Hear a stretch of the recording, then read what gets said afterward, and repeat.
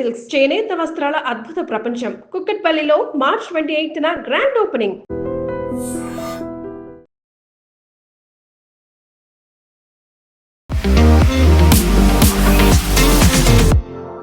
నమస్తే, నేను Kavitha. Welcome to I dream news and నిజాలు. హార్ముజ్ జలసంధిని 48 గంటల్లోపు ఓపెన్ చేయాలి అంటూ ఒక డెడ్లైన్ని విధించిన డొనాల్డ్ ట్రంప్ ఎందుకని అంత సడన్గా 5 రోజుల బ్రేక్ అనేది కూడా అనౌన్స్ చేశారు. ఈ బ్రేక్ని ఇజ్రాయెల్ ఎందుకు యాక్సెప్ట్ చేయట్లేదు? ఇరాన్ నుంచే చర్చల ప్రతిపాదన వచ్చింది, డిస్కషన్స్ అవుతున్నాయని ట్రంప్ చెప్తున్నప్పుడు ఇరాన్ దాన్ని ఎందుకు కొట్టి పారేస్తోంది?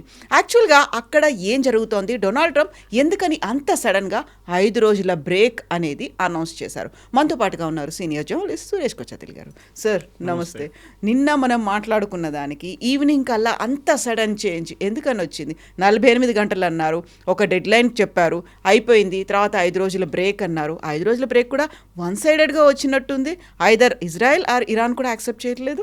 కవిత గారు నిన్న మన ఛానల్ కాదు ఇంకో ఛానల్ మాట్లాడుతూ నేను తమాషగా చెప్పాను. యాక్చువల్లీ బై జోక్ కసెడ్ ట్రంప్ ఈ 45 గంటలు ఏమి ఉండదు, ఆయన పోస్ట్పోన్ చేస్తాడు చూడండి అని చెప్పాను. ఇప్పుడు వాళ్ళ క్లిప్ తీసుకొని ఆడుకుంటున్నారు, ఆయన ట్రోల్ చేస్తున్నారు వాళ్ళు. Typically that's what he did. 48 గంటలు అనేది కాదు, ఆయన డెఫినెట్గా దాన్ని పోస్ట్పోన్ చేస్తారని అందరికి తెలిసిందే. ఏంటిది? ఇది కాల్పుల విరమణ కాదు. ఓకే, ఆయన ఏమంటున్నా అంటే మేము మాట్లాడుతున్నాం, ఇరాన్తో మాట్లాడుతున్నాం. అది కూడా వాళ్ళు కాల్ చేసిండు, ఎవరు అని చెప్పట్లేదు. వాళ్ళు అంటే is it Oman, is it Turkey or is it మన ఈజిప్ట్? ఎందుకంటే పాకిస్తాన్ పేరు కూడా చెప్తున్నారు. పాకిస్తాన్ని లొకేషన్గా పెట్టుకున్నారు, ఎందుకంటే వీళ్ళు ఇటువైపు వెళ్ళలేరు. సౌదీ అరేబియా పైనుంచి ఓవర్ఫ్లై చేయనియరు ఇరానియన్ షిప్స్ని, ఇరానియన్ ఎయిర్క్రాఫ్ట్ని. ఇటువైపు వెళ్ళొచ్చు పాకిస్తాన్ వైపు. అది కూడా జరగలేదు, ఫిజికల్ మీటింగ్ జరగలేదు. ఫిజికల్ మీటింగ్ ట్రంపే చెప్పారు నిన్న, ఫిజికల్ మీటింగ్ జరగలేదు, we are speaking on the phone అని చెప్పారు. ఫస్ట్ స్టెప్ ఎవరిని కలిశారు, ఎవరితో మాట్లాడారు? జారెడ్ కుష్నర్, వాళ్ళ Trump son in law and Steve Witkoff, ఆయన పార్ట్నర్, బిజినెస్ పార్ట్నర్, వీళ్ళిద్దరూ మీట్ అయ్యారు, మాట్లాడారన్నారు. ఇరాన్ అన్నారు మేము ఎవరితో మాట్లాడలేదు. మీరు కూడా చూసుంటారు ఆ స్టేట్మెంట్ వాళ్ళది. ఈయన చెప్పిన తర్వాత గంట సేపట్లో అది వచ్చేసింది.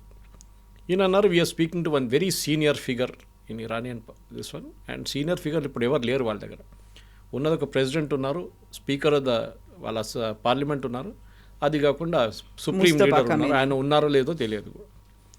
ఈ పరిస్థితిలో రూమర్స్ స్టార్ట్ అయింది. ఈయన మాట్లాడుతూనే స్పీకర్తోనే మాట్లాడుతుండొచ్చు, ఎందుకంటే వాళ్ళ దాంట్లో హైరార్కీలో speaker is a very powerful position, మనలాగా కాదు. లారిజానీ మొన్న కొట్టేశారు చూడండి, he was security chief, he was the speaker.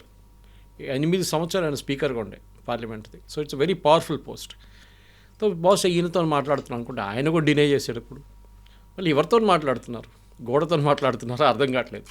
So the rule, thumb rule ఏంటంటే, ఒకటి ట్రంప్కున్న ఒకది సెన్సేషన్ క్రియేట్ చేయడం, అక్కడిక్కడ లేకుండా లాంగ్వేజ్ అసలు మార్చేస్తారు. ఫర్ ఎగ్జాంపుల్ నిన్న అడిగారు మీడియా వాళ్ళు, ఎయిర్క్రాఫ్ట్ దగ్గర ఎయిర్ ఫోర్స్ 1 పక్కన నిలబడి మాట్లాడుతున్నప్పుడు, మీరు ఏమేమి దీంట్లో పాయింట్స్ ఏమి డిస్కస్ చేస్తున్నారు? మా దగ్గర 15 పాయింట్లు ఉందన్నారు.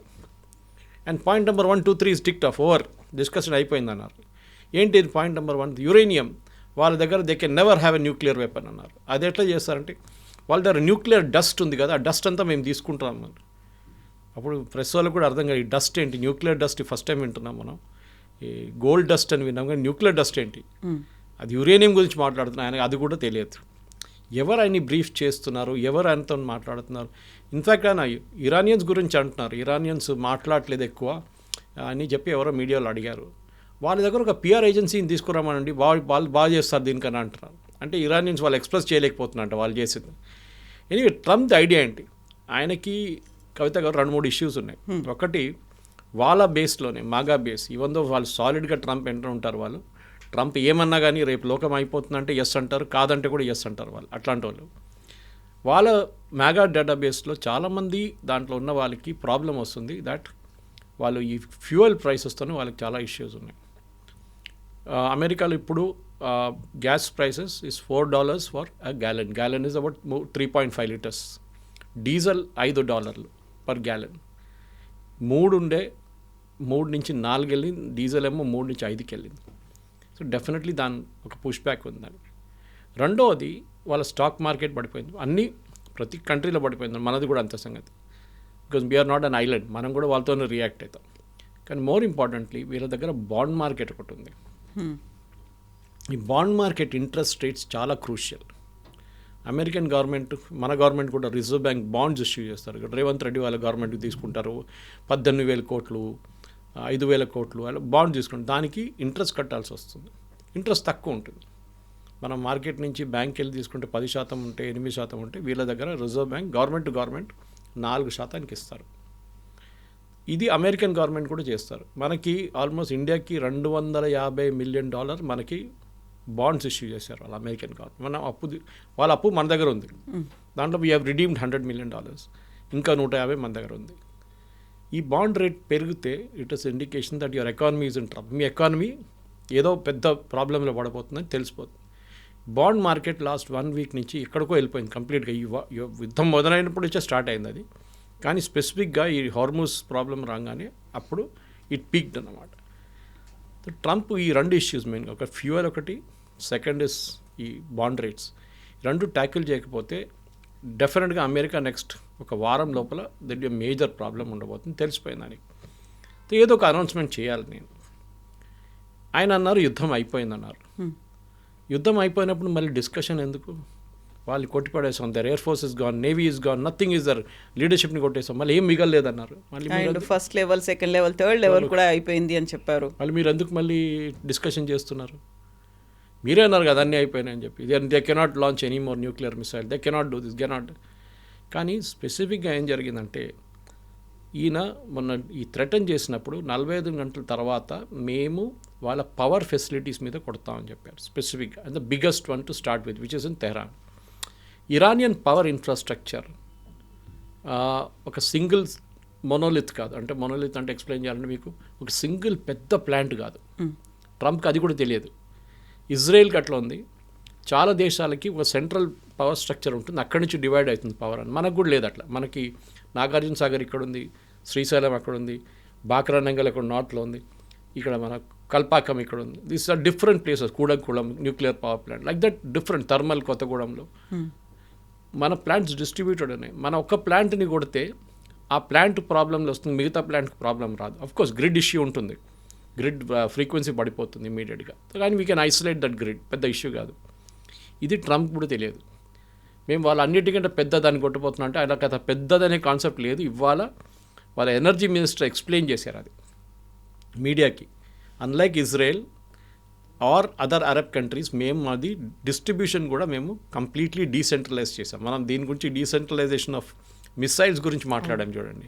ప్రతి డిస్ట్రిక్ట్కి వాళ్ళు వాళ్ళ కమాండర్స్ని పెట్టుకున్నారు. ఇదే వాళ్ళు పవర్ కూడా చేశారు.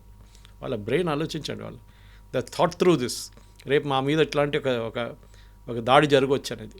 ఇప్పుడు వాళ్ళేమన్నారంటే మమ్మల్ని కొట్టారా, okay we will undergo the problem, but మిమ్మల్ని కొడతాం. ఎవరిని? సౌదీ అరేబియాని, ఖత్తర్ని, కువైట్ని, అందరినీ మేము వాళ్ళ పవర్ స్ట్రక్చర్ మీద కొడతాం. కొట్టినప్పుడు ఏమవుతుంది? 1, వాళ్ళ పవర్ సిస్టమ్ మొత్తం పోతుంది. రెండవది, ఎందుకంటే వీళ్ళందరూ గ్యాస్ లేకుండా ఆయిల్ మీద ఆపరేట్ చేస్తారు. We will destroy that. వీళ్ళ డీసాలినేషన్ ప్లాంట్ కూడా పోతుంది దాంతో. ఖత్తర్ లాంటి కంట్రీలో 100% వాళ్ళ నీళ్ళు, తాగే నీళ్ళ నుంచి వాళ్ళు పనికైనా యూజ్ చేసే నీళ్ళు కూడా, స్నానం చేయడం కూడా వాళ్ళు డీసాలినేషన్ ప్లాంట్ నుంచి వస్తున్న నీళ్ళు వాడుకుంటారు.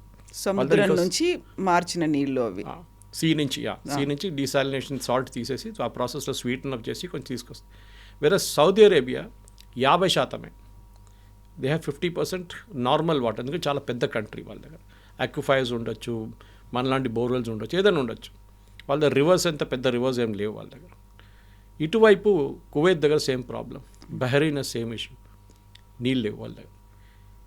మీరు కొట్టారో మేము నీళ్ళు కొట్టేస్తాం. ఇమ్మీడియట్లీ అరబ్ కంట్రీస్కి ప్యానిక్ అయిపోయారు వాళ్ళు. ఎందుకంటే మన ఖత్తర్ అంటే 4 లక్షల మంది వాళ్ళ పాపులేషన్, కానీ మన పాపులేషన్ దానికన్నా చాలా ఎక్కువ.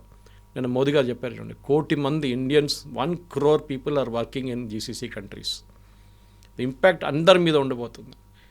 వీళ్ళు ప్యానిక్ అయ్యి ఇమ్మీడియట్లీ ట్రంప్కి మెసేజ్ పంపించారు that you cannot do this. మీరు చేస్తే ఎల్లుండి మేము ఉండం, మా దేశమే మొత్తం పోతుంది కంప్లీట్గా. మా ప్రజలు రోడ్డు మీదకి వచ్చేస్తారు, హాస్పిటల్కి కరెంట్ ఉండదు, డీసాలినేషన్ ప్లాంట్కి కరెంట్ ఉండదు, దేనికి పవర్ ఉండదు.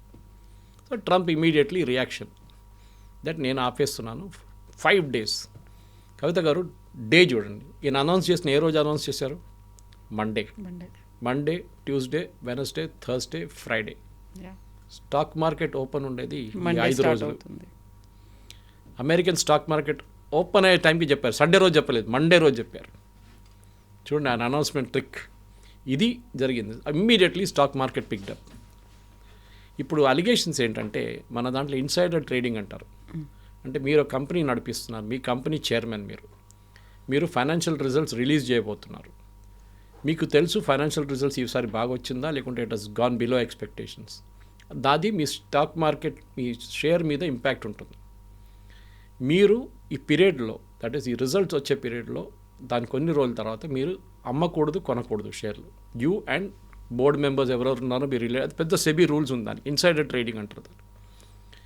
ఇప్పుడు ఏమంటున్నారంటే ట్రంప్ వాళ్ళ ఫ్రెండ్స్కి ట్రంప్ ముందే చెప్పారు, నేను ఈ అనౌన్స్మెంట్ చేయబోతున్నాను, మీరందరూ షేర్లు కొనుక్కోండి. ఎందుకంటే షేర్ అంతా పడిపోయింది కంప్లీట్గా. కొనుక్కోగానే నేను చెప్పగానే షేర్ పైకి వెళ్ళిపోతుంది, అమ్మేసుకోండి. హాఫ్ అన్ అవర్ లోపల 220 పాయింట్స్ ఎక్కింది షేర్లు. And within half an hour మళ్ళీ పడిపోయింది. అంటే వీళ్ళు కొనుక్కున్న వాళ్ళు అమ్మేసుకున్నారు. So there is an enquiry going on. Insider trading జరిగిందా లేదా, ఎవరెవరు కొన్నారు, ఎవరెవరు అమ్మారు, that be huge database check చేయాల్సి వస్తుంది. కానీ ట్రంప్ చాలా క్లియర్గా చేసిన పని దీనికోసం. ఒకటి, he wanted to get the stock market up. రెండోది, ఇరాన్ కూడా చెప్పారు ఫ్యూయల్ ప్రైసెస్ని తగ్గించడానికి అని చెప్పి. అండ్ ఇమ్మీడియట్లీ బ్రెంట్ క్రూడ్ 100 కన్నా తక్కువ వచ్చేసింది. ముజర్బాన్ వాళ్ళ క్రూడ్, సౌదీ అరేబియన్ క్రూడ్ కూడా తగ్గింది. ఇప్పుడు 90-95 దగ్గర నడుస్తుంది. ఈ రెండే ట్రంప్కి కావాలండే మెయిన్గా. ఆయనకి ఇరాన్ని కొట్టడం కానీ, ఇరాన్ మీద దాడి చేస్తే కూడా మేము దాన్ని ఆపుతామని చెప్పిన మనుషులు ఇవాళ పొద్దున ఇరాన్ పవర్ ప్లాంట్ మీద కొట్టారు.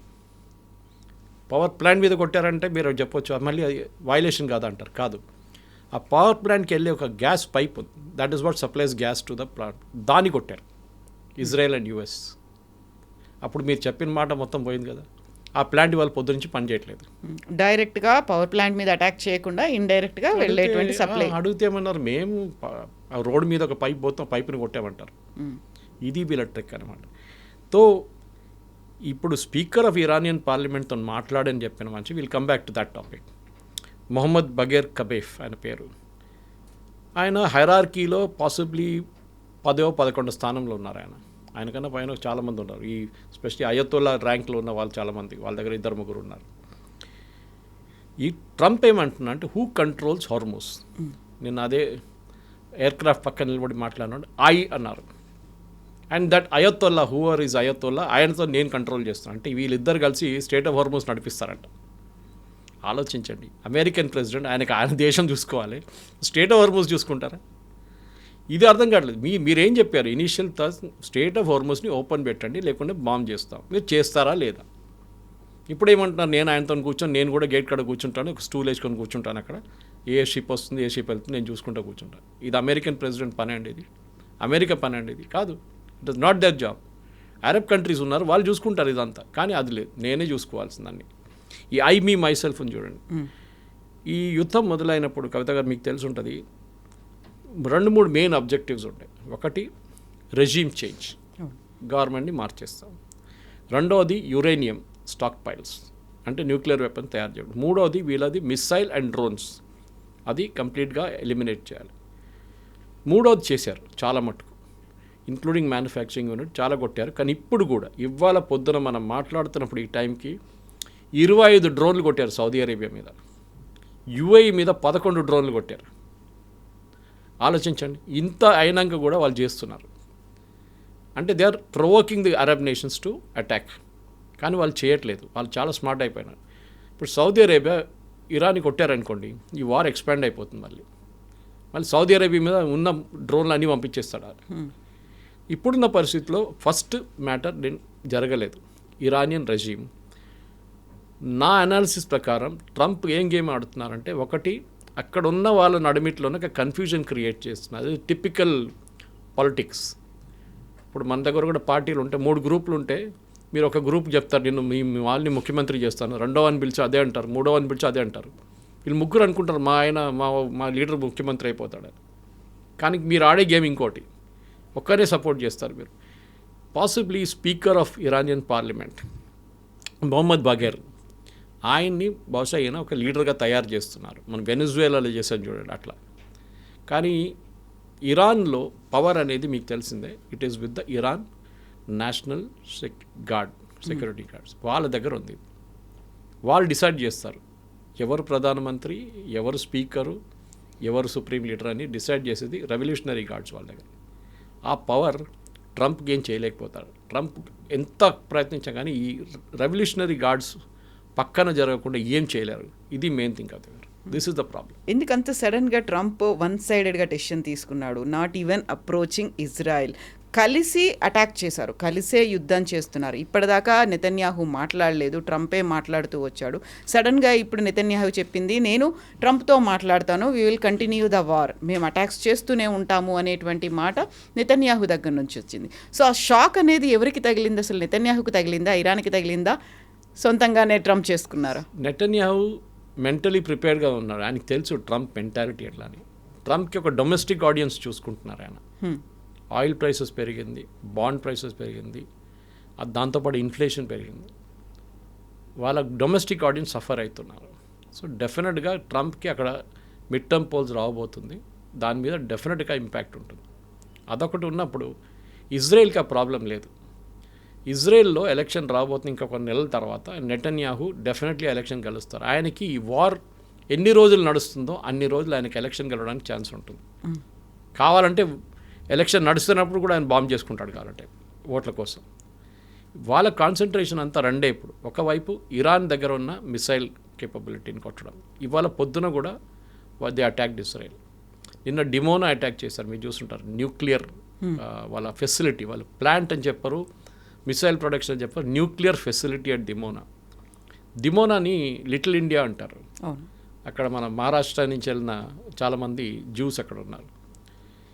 ఈ డిమోనాని కొట్టిన దానికి మీరు చూడండి, వాళ్ళు కరెక్ట్గా ప్లాన్డ్గా కొట్టారు. వాళ్ళు ఇరాన్ దగ్గర కేపబిలిటీ డెఫినెట్గా ఉందని తెలిపాను. డిగో గార్షియా కొట్టారు ప్లాన్. డిగో గార్షియా సక్సీడ్ కాలేదు, కానీ 4000 కిలోమీటర్ అంటే 3700 కిలోమీటర్ ట్రావెల్ చేస్తుంది ఆ మిసైల్ ఇరాన్ నుంచి. ఇరాన్ దగ్గర ఐసీబీఎం లేదనుకున్నాం, కానీ ఇరాన్ దగ్గర ఐసీబీఎం ఉంది. ఇప్పుడు అమెరికాకి తెలిసింది, పాసిబుల్ ఇజ్రాయెల్ కూడా తెలియదు ఈ మాట. ఇప్పుడు ఇజ్రాయెల్ స్ట్రాటజీ ఏంటంటే లెబనన్, సౌత్ లెబనన్ ఆక్యుపై చేయడం. వాళ్ళకి లెబనన్ వైపు నుంచి మిసైల్స్ ఆపితే వాళ్ళకి నార్త్ ఇజ్రాయెల్ సేఫ్ అయిపోతుంది, నార్దర్న్ ఇజ్రాయెల్ గోలాన్ హైట్స్ అటువైపు. అది వాళ్ళ స్ట్రాటజీ. సో వాళ్ళు రిపీటెడ్గా నిన్న సౌత్ లెబనన్ మేము ఆక్యుపై చేయబోతున్నామని వాళ్ళ డిఫెన్స్ మినిస్టర్ అన్నారు. లిటానీ రివర్ దాకా that they will capture that south Lebanon. ఆ సౌత్ లెబనన్ అటువైపు వెళ్ళే బ్రిడ్జ్ అంతా కొట్టుపడేశారు నిన్న. మేజర్ బ్రిడ్జెస్ డెమాలిష్ చేసేసారు ఎయిర్ రైడ్లు. వాళ్ళ స్ట్రాటజీ అది ఆక్యుపై చేసుకుంటే వీళ్ళ మిసైల్స్ తగ్గిపోతుంది, వీళ్ళ రేంజ్ ఉండదు అని చెప్పేసి. కానీ అక్కడ కూడా మనం వీఆర్ మిస్టేకింగ్. ఎందుకంటే అక్కడ కూడా మొన్న ఒక ఎయిర్ స్ట్రైక్లో 4 Iranian revolutionary guards senior leaders అక్కడ చనిపోయారు లెబనన్లో. వాళ్ళు ఏం చేస్తున్నారు లెబనన్లో? డెఫినెట్లీ వారి యుద్ధం మొదలైన ముందే వచ్చారు అక్కడికి. ఇన్ఫ్యాక్ట్ నస్రుల్లాని చంపినప్పుడు కూడా దాంతోపాటు అక్కడ కూడా 3 రెవల్యూషనరీ గార్డ్ చనిపోయారు. దానికన్నా ముందు ఒక సంవత్సరం ముందు ఒక పెద్ద డిప్లొమాటిక్ ఇన్సిడెంట్ జరిగింది. సిరియాలో ఉన్న ఒక ఇరానియన్ ఎంబసీ పక్కన ఒక బిల్డింగ్ మీద ఇజ్రాయెల్ బాంబు వేశారు. 4 రెవల్యూషనరీ గార్డ్ కమాండర్స్ చనిపోయారు. దాంట్లో పెద్ద ఇష్యూ చేశారు వీళ్ళు ఇరాన్. అది diplomatic thing, how did you bomb it, అది అని చెప్పి. సో ఇజ్రాయెల్ చెప్పారు మేమేం చేయాలి, అది that is not inside the compound, పక్కన ఉండే. సో ఇప్పుడు ఇరాన్ ఇప్పుడు ఏం డిమాండ్ చేయబోతున్నారంటే, ఒకటి వాళ్ళ హిజ్బుల్లాని పక్కన పెట్టేస్తారు, హూతీలను కూడా పట్టించుకోరు, హమాస్ని కూడా they will disband them now.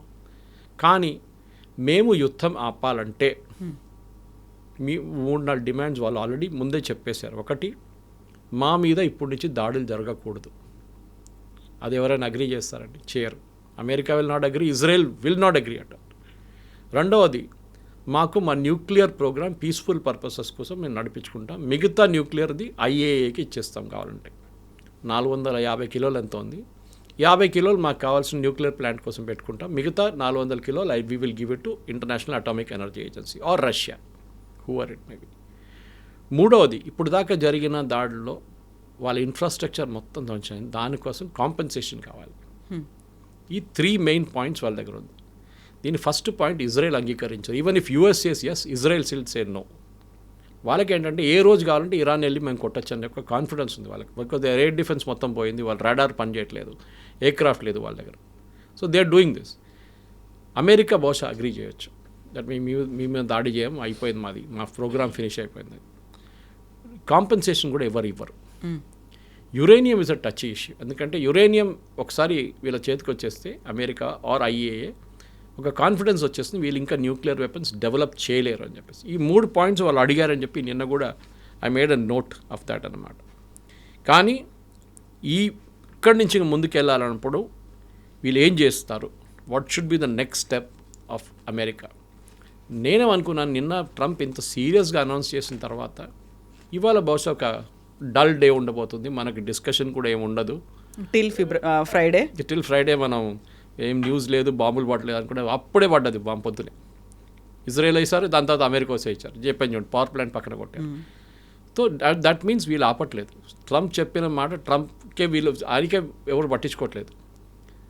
ఎందుకంటే వాళ్ళ ఆర్మీ, వాళ్ళ air force and their navy వాళ్ళు ఎవరు ఇప్పుడు ట్రంప్ని మాట వినట్లేనట్లున్నారు. ఎందుకంటే మరీన్స్ని తీసుకొస్తున్నారు ఖర్గ్ ఐలాండ్ మీద దాడి చేయడానికి. మీరే అన్నారు హార్మూజ్ ఓపెన్ పెట్టండి, we will patrol it together అని చెప్పారు. మళ్ళీ why are you going to Kharg island? Moment అమెరికాలో చాలా సెన్సిటివ్ అనే ఇష్యూ అంటే బూట్స్ ఆన్ ద గ్రౌండ్ అంటారు. అంటే వీళ్ళ సోల్జర్స్ని ఫిజికల్లీ అక్కడ వెళ్ళి పంపించడం, ఇరాన్లో బ్యాటిల్ ఫీల్డ్లో ఉంచడం. డెఫినెట్గా చాలామంది చనిపోతారు, డ్రోన్లు కానీ మిసైల్ కానీ ఏదో అది జరిగితే ఈవెన్ 5 మంది చనిపోతే కూడా it will become a big issue in US. వాళ్ళకి చాలా సెన్సిటివ్ అవరు. మనం అంటాం ఎప్పుడైనా single death is a tragedy, million is a statistics అంటాం. అదే సంగతి ఇక్కడ కూడా. ఇప్పటికే 16 మంది చనిపోయారు అనే లెక్కలు చెప్తున్నాయి, 140 మంది ఇంజర్డ్ అయ్యారు. అది కూడా చాలా ఇంపార్టెంట్. సో ఇప్పుడు ఆంఫిబియస్ షిప్స్ కానీ అడిషనల్ తీసుకుంటే ఇరాన్ ఏమన్నారంటే, మీరు వీళ్ళని తీసుకొస్తే ఒకటి మేము కార్గిల్ మీద దాడి చేస్తాం, మా సంపత్తి కూడా పోతుంది అంత, our tanks will get hit, doesn't matter. మేము రెడ్ సీ వైపు కూడా మైన్స్ వేస్తాం, ఫర్గెట్ స్ట్రేట్ ఆఫ్ హార్మూజ్, అక్కడ కూడా మైన్స్ వేసేస్తాం, రెడ్ సీ వైపు కూడా వేసేస్తాం, మొత్తం పెర్షియన్ గల్ఫ్ మొత్తం మేము మైన్లు వేసేస్తాం, ఎక్కడెక్కడి నుంచి షిప్స్ పోతాయి, entire thing will get blockade. ఇప్పుడు ఇదన్నీ కలుపుకుంటున్నప్పుడే ట్రంప్కి ఈ ప్యానిక్ సిచ్యువేషన్లో వచ్చేసారు. సో డెఫినెట్గా Arab nations, especially Saudi Arabia and Khattar, వీళ్ళిద్దరు ప్రెజర్ పెట్టుంటారు యూఎస్ మీద, కాదు ప్లీజ్ స్టాప్ దిస్, ఇప్పుడు చాలా అయిపోయింది, ఇప్పుడు దాకా ఆపుదాం అనుకున్నాం కానీ మీరే చెప్పారు యుద్ధం అయిపోయింది, వీఆర్ వైండింగ్ డౌన్ ఆపరేషన్స్ అన్నారు. మళ్ళీ మీరు $200 బిలియన్ ఎందుకు అడిగారు యూఎస్ కాంగ్రెస్ దగ్గర? ఇవాళ కూడా ఉంది, ఇవాళ కూడా డిస్కషన్ ఉంది దాని మీద. అయిపోయింది కదా యుద్ధం, మళ్ళీ $200 బిలియన్ ఎందుకు? ఇది ప్రశ్న. ఇరాన్కి అంత స్ట్రెంగ్త్ ఎక్కడి నుంచి వస్తుంది, ఎలా వస్తుంది? ఇన్ని రోజులుగా కంటిన్యూ అవుతుంది, 4th వీక్ అనేది ఉంది, అండ్ ఫైటింగ్ వెరీ స్ట్రాంగ్ అనేది ఉంది కదా. ఇరాన్లో అందరు అండర్ ఎస్టిమేట్ చేశారండి. అది not just president Trump, Benjamin Netanyahu, GCC countries, అందరూ ఎవ్రీబడి అండర్ ఎస్టిమేటెడ్ ఇరాన్. వాళ్ళు అనుకున్నారు వీళ్ళని ఫస్ట్ డే కొట్టారు చూడండి, దాంతో ఇరాన్ అయిపోయింది, సరెండర్ అయిపోతారు, ట్రంప్ చెప్పినట్ల నేను ఇంటర్వ్యూ తీసుకుంటాను నెక్స్ట్ లీడర్ కోసం, అన్నీ రెడీగా ఉన్నారు వాళ్ళు. కానీ ఇరాన్ ఇట్లా రిటర్న్ ఏం చెప్తారు, అటాక్ చేస్తారని వీళ్ళు ఎవ్వరు అనుకోలేదు, కళలో కూడా వీళ్ళకి రాకపోవచ్చు, చేశారు వాళ్ళు. అని దానికి కారణం ఏంటంటే, ఒకటి they had time to prepare, చాలా మెథాడికల్గా ప్రిపేర్ అయ్యారు వాళ్ళు. నేను చెప్పాను చూడండి, ఈ డిస్ట్రిబ్యూషన్ అంటే వార్, నిన్న రాత్రి కూడా I was hearing on military ఛానల్లో నేను ఒక ప్రోగ్రామ్ విన్నాను, వార్ అనేది, and even Fareed Zakaria did a very good program దాని గురించి. $20,000 ఉన్న డ్రోన్ని యూజ్ చేసి $5 మిలియన్ ఉన్న ఒక మిసైల్ని కొట్టడం ఈ యుద్ధం కాన్సెప్టే మార్చేసింది. అమెరికాకి అర్థమైపోయింది, సరే మేము 20 డ్రోన్లు కొట్టుపడేసాం, కానీ మీ కాస్ట్ ఏంటి, what is the cost of bringing down the drone, you are spending millions. వాడికి ఏం పోయింది అంటే, ఒక $5 మిలియన్ ఉన్న ఒక మిసైల్కి యూ కెన్ బై 400 డ్రోన్స్. ఆలోచించండి ఎక్కడుంది. ఇరాన్ మాస్ ప్రొడ్యూస్ చేస్తారు. ఇప్పుడు నిన్న ఎవరో చూశాను, Indian army should have 1 lakh drones అంటున్నారు. రేపు పాకిస్తాన్ అటాక్ చేయండి, మన దగ్గర 1,00,000 డ్రోన్లు ఉండాలి, మనం పంపిస్తూనే ఉండాలి వాళ్ళ వైపు అంటున్నారు. లాజిక్ కరెక్ట్ అది. ఇప్పుడు యుక్రెయిన్లో చూస్తున్నారు మీరు, అందరూ అన్నారు రష్యా యుక్రెయిన్ వార్ ఇట్లానే ఇజ్రాయెల్ గాజా లాగా ఉంటుంది, 2 రోజులు అయిపోతుంది, 3 రోజులు ఫినిష్ చేసేస్తారు పుటిన్. 4 సంవత్సరాలు అయింది, 1,00,000 మంది ఇక్కడ చనిపోయారు, 1,00,000 మంది అక్కడ చనిపోయారు. Any result? No result. ఇప్పుడు కూడా యుక్రెయిన్ రష్యా మీద దాడులు చేస్తున్నారు, ఏది డ్రోన్స్ యూజ్ చేసి. రష్యా ఏం చేస్తున్నారు, ఇరాన్ ఇచ్చిన షహీద్ డ్రోన్స్ వాడుకుంటున్నారు, which is what they are using against Saudi Arabia and వాళ్ళ నేబర్స్ విత్ రింగ్. వార్ అనే కాన్సెప్ట్ కూడా దీంట్లో చాలా మటుకు అమెరికాకు అర్థం చేసుకున్నారు. మైట్ ఈస్ నాట్ రైట్ అంటే మీ దగ్గర పెద్ద షిప్లు, పెద్ద మిసైల్ సిస్టమ్స్, అది ఇది టామహాక్ పనికి రాదు. జెరాల్డ్ ఫోర్డ్లో లాండ్రీ రూమ్లో ఒక ఫైర్ వచ్చేది, అది అవుట్ ఆఫ్ యాక్షన్ అయిపోయింది, గాన్ ఫినిష్డ్. మీ దగ్గర ఉన్న F-35 బాంబర్ మీద ఇరాన్ స్టెల్త్ బాంబర్ మీద వాళ్ళు అటాక్ చేశారు. వాళ్ళ దగ్గర అంత పెద్ద యాంటీ ఎయిర్క్రాఫ్ట్ సిస్టమ్స్ లేదు. వాళ్ళ మిసైల్స్ ఉండొచ్చు, డ్రోన్స్ ఉండొచ్చు, కానీ యాంటీ ఎయిర్క్రాఫ్ట్ సిస్టమ్స్ ఎక్కడి నుంచి వచ్చింది? వాళ్ళ పాత చైనీస్ సిస్టమ్ ఉండొచ్చు, లేకుంటే రష్యన్. మీ దగ్గర F-35 suppose B stealth bomber, రాడార్లో కనిపించదు, వాళ్ళకి ఎట్లా కనిపించింది? This is going. అప్పుడు యుఎస్ అందరికన్నా ఇది వాళ్ళు అనుకున్నారు, మా దగ్గర ఉన్న technology world's most powerful army, మా నేవీ పవర్ఫుల్ ఉంది, అన్నీ బాగానే ఉంది. కానీ ఇప్పుడు కూడా మీరు స్ట్రైట్ ఆఫ్ హార్మోస్ ఒక హైపోథెటికల్ సిచ్యువేషన్ తీసుకుందాం కవిత గారు. రేపు స్ట్రైట్ ఆఫ్ హార్మోస్ మేము ఓపెన్ చేయమని ఇరాన్ చెప్తున్నప్పుడు అమెరికా ఏం చేస్తారు? వాళ్ళు దాడి చేస్తారు వీళ్ళ మీద. మేము ఎస్కాట్ చేసి షిప్స్ని తీసుకెళ్తా అంటారు. Okay, great. తీసుకెళ్తున్నప్పుడు ఒక చిన్న బోట్ చాలు. మన దగ్గర ఈ ఇన్ఫ్లేటబుల్ బోట్స్ ఉంటుంది, యమహా మోటార్ పెట్టుకొని నడిపిస్తారు. అట్లాంటి ఒక మోటార్ ఇద్దరు కూర్చోవచ్చు, ముగ్గురు కూర్చోవచ్చు. దాంట్లో సూయిసైడ్గా యూజ్ చేసుకుంటారు. దాన్ని వెళ్ళి షిప్స్ని కొడతారు. ఒక్క షిప్ కొడితే చాలు, సైకలాజికల్ ఇంపాక్ట్ మిగతా అందరి మీద ఉంటుంది. అది it cannot move. Strait of Hormuz open చేయాలంటే Iran should agree first. Iran చెప్పాలి ఎస్ వీ విల్. దీనికి నెగోసియేషన్స్ అంటారు. ఇది నెగోసియేషన్ చేయాల్సిన పని చేసేటోళ్ళు ఎవరు కనిపించట్లేదు. స్టీవ్ విట్కాఫ్ అండ్ యారెడ్ కుష్నర్కి ఏం పొలిటికల్ ఎక్స్పీరియన్స్ ఉంది? ఏం లేదు. వీళ్ళు ఒకడైతే one fellow is brother, son in law, other guy is business partner real ఎస్టేట్లో. ఆ రియల్ ఎస్టేట్ ఒకటి నెగోషియేట్ చేస్తున్నారు. దీనికి కావాల్సింది ప్రొఫెషనల్ కావాలి, కూర్చొని కంప్లీట్గా నెగోషియేట్ చేసి. పాత దాంట్లో సిస్టమ్ జాన్ బోల్టన్ వాళ్ళ దగ్గర చాలామంది ఉన్నారు అట్లాంటి ఎక్స్పీరియన్స్ పీపుల్, కానీ వాళ్ళు ఎవరు ఇప్పుడు ముందుకు రారు. ఎందుకంటే ఈ ట్రంప్ బిహేవియర్ చూసి వాళ్ళు భయపడుతున్నారు. ఒక్కరోజు ఏదో అంటాడు, నెక్స్ట్ డే ఇంకోది అంటాడు. They cannot do like that. Negotiations అన్ని చాలా కేర్ఫుల్గా చేయాల్సి వస్తుంది. సో బహుశా ఎవరైనా ఎక్స్పీరియన్స్డ్ వాళ్ళని తీసుకొచ్చి వాళ్ళు కూర్చోబెట్టి నెగోషియేట్ చేస్తే బాగుంటుంది. అది ఎవరు నాకు ఇప్పుడు Egypt is a good idea, డెఫినెట్గా Egyptian president is a good idea. Jordanian king ఆ లెవెల్లో ఉండాలి. ఏదో వాళ్ళ పిల్లల్ని పంపించడం కాదు, డిఫెన్స్ మినిస్టర్ నువ్వు మా ఫారిన్ మినిస్టర్ వెళ్ళని చెప్పడం కాదు. దట్ టాప్ లెవెల్లో ఈ నెగోసియేషన్స్ ఉండాలి. షార్మల్ షేక్కి వెళ్ళండి, లేకుంటే జెనీవాకి వెళ్ళండి, ఎక్కడైనా వెళ్ళండి, but SIT down and talk. ఎందుకంటే ఈ యుద్ధం అనేది మొత్తం లోకం మొత్తం మార్చేస్తుంది. ఒక ఏం చెప్తారు, అపోకాలిప్స్ వచ్చింది మొత్తం అక్రాస్ ద వరల్డ్. ప్రతి ఎకానమీ, శ్రీలంకలో ప్రతి వారం ఒక 2-వీలర్కి 5 లీటర్లు పెట్రోల్ అండ్ 4-వీలర్కి 15 లీటర్ పెట్రోల్ అంతే ఫిక్స్ చేశారు. మన దగ్గర లేదు. మన దగ్గర చేస్తే అయిపోతుండే ఇప్పుడు దాకా. మోదీ మీద అది ఇది మొత్తం. ఇప్పుడు కూడా పెట్రోల్ ఫుల్ ట్యాంక్ కొట్టించుకుంటున్నారు అందరు. పాకిస్తాన్లో కూడా హై ఎండ్ కార్లకు ఇచ్చేటువంటి పెట్రోల్ అండ్ డీజిల్ని కూడా ఎక్కువ రేట్ పెంచేశారు, 300 రూపీస్ లీటర్. పాకిస్తాన్ ఇస్ 4-డే week. Private companies, government organisation and స్కూల్స్కి 4-డే వీక్ చేసేసారు. గవర్నమెంట్ వెహికల్స్ యూజ్ చేయకూడదు. మన దగ్గర ఆ పరిస్థితి రాలేదు, కానీ వస్తుంది. మోదీ గారు నిన్న స్పీచ్ ఇస్తూ అన్నారు, we have to change the way. కోవిడ్లో మనం ఎట్లా మార్చుకొని ఎట్లా ఛాలెంజ్ ఫేస్ చేసాం మనం, అదే టైప్లో మనం చేయాల్సి వస్తుంది. ఇక్కడే మళ్ళీ లాక్డౌన్ ఏమైనా పెడతారా అనే మాట కూడా వినిపిస్తుంది. లాక్డౌన్ జరగదు. Lockdown is no. దీనికి లాక్డౌన్ అక్కర్లేదు. It's is not an infection. దీనికి కావాల్సింది ఏంటంటే మనం స్పెషలీ మన కుకింగ్ మెథడ్స్ మార్చుకోవాల్సి వస్తుంది చాలా మటుకు. అది 3-4 రేంజెస్లో ఉంటుంది. నిన్ననే గవర్నమెంట్ ఆఫ్ ఇండియా ఒక నోటిఫికేషన్ ఇష్యూ చేశారు. పైప్ న్యాచురల్ గ్యాస్ని ప్రయారిటీ ఇవ్వబోతున్నాం. మన దగ్గర భాగ్యనగర్ గ్యాస్ ఉంది, which belongs to Reliance. Pipe natural gas ప్రతి చోట్ల వాళ్ళు పైప్ వేసుకున్నారు, కానీ డిస్ట్రిబ్యూషన్ జరగట్లేదు. ఇది మన ఎలక్ట్రిసిటీ కనెక్షన్ లాగా.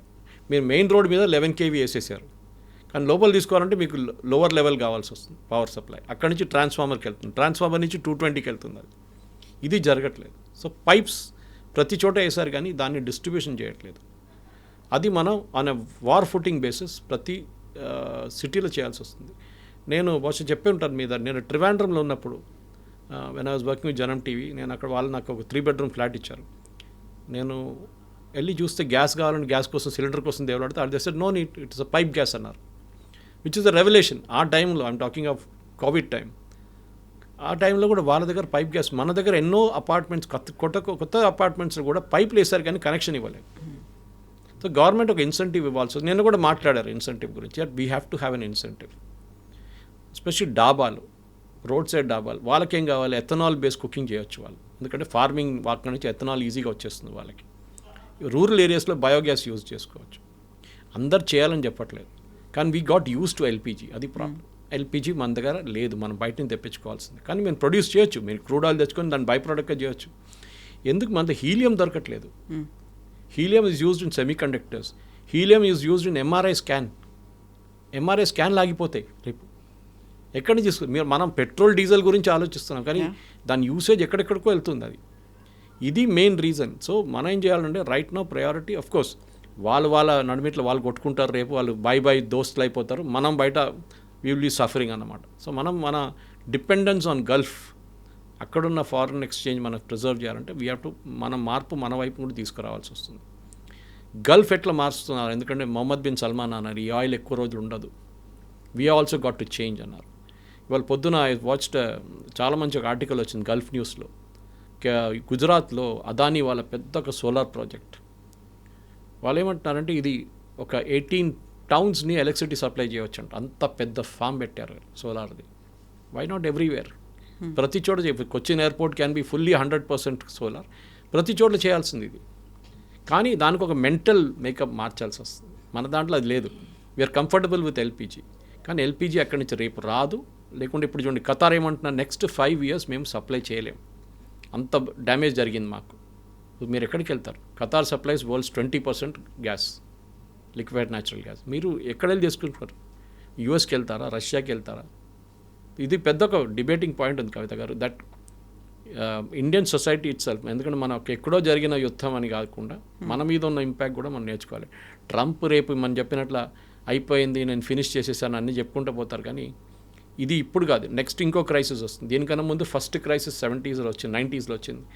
దాని 10-year వార్ వచ్చింది అక్కడ, Iran and Iraq tanker war ఒకటి ఉండే దాంట్లో, అది సేమ్ స్ట్రైట్ ఆఫ్ హోర్మోస్లో జరిగింది ఆ వార్. ప్రతి దాంట్లో ఇట్లాంటి ఇంపాక్ట్ వచ్చింది. సో మనం కూడా ఈ నెక్స్ట్ క్రైసిస్ వచ్చేదాకా వెయిట్ చేయకుండా, క్రైసిస్ వచ్చే ముందు కూడా మన ఇష్యూ సార్ట్అవుట్ చేసుకోవాలి. అది వన్ బిగ్ లెసన్ ఈ పర్టికులర్ కాన్ఫ్లిక్ట్ నుంచి. Okay sir, thank you so Thank you much. very much. Thank you.